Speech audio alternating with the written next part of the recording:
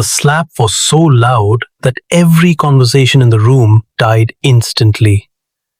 My daughter Eleni stood frozen beside the wedding table, one hand against her cheek. 30 guests stared at her. Across from her stood her husband Andreas, breathing hard, his expensive suit perfectly pressed, but his face suddenly exposing the man he had hidden for months. What happened next changed everything. My name is Nikos Papadopoulos. I am 61 years old, and I raised Eleni alone after her mother, Sophia, died when my daughter was 12. I never wanted Eleni to become afraid of the world, so I taught her something simple. Stay calm, protect yourself, and never let fear make your decisions. 7 days after her wedding, she needed those lessons. Andreas had seemed charming from the beginning. Polite, successful, almost too perfect. But 3 weeks before the wedding, I discovered something disturbing. His business was drowning in debt, and money from new clients was being used to cover older debts. I told my longtime friend Dimitris, an attorney, to quietly investigate. Then Eleni found the evidence herself. That evening, during a small family gathering, she connected her phone to the television and displayed bank transfers totaling 27,000 euros. "This money left our account," she said. "Where did it go?" Andreas smiled. Then his smile disappeared. "You embarrassed me in front of everyone," he said. Eleni stood her ground. "You lied to me." His hand moved before anyone could react. The slap echoed through the room. Andreas grabbed her arm and stepped toward her again. But Eleni remembered everything I had taught her.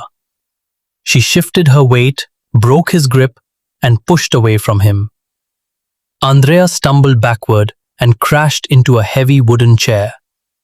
His family immediately started shouting. "You attacked him!" his mother Katerina said. I finally stepped forward. "Everyone stay exactly where you are." Andreas looked at me with hatred. "You're just an old man," he said. He had no idea who he was talking to. For 25 years, I had worked security training people in crisis situations.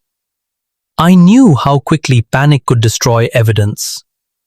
I told everyone to call emergency services, leave the room untouched, and wait for the police. But the worst part came later. Dimitris discovered Andreas had been moving money through 2 companies under different names. Then another woman, Georgia, contacted us. She had lost nearly 90,000 euros after trusting him with her retirement savings.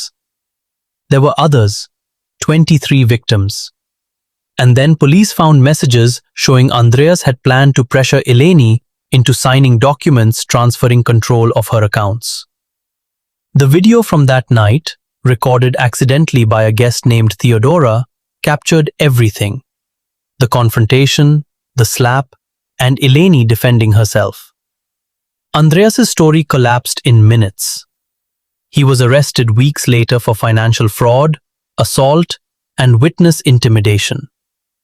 Months afterward, Eleni stood beside me outside the courthouse.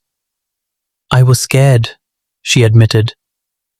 I squeezed her hand. "I know." She smiled through tears. "But you taught me not to stay scared." That was all I ever wanted. Not to make my daughter fearless, just strong enough to stand when someone tried to make her afraid.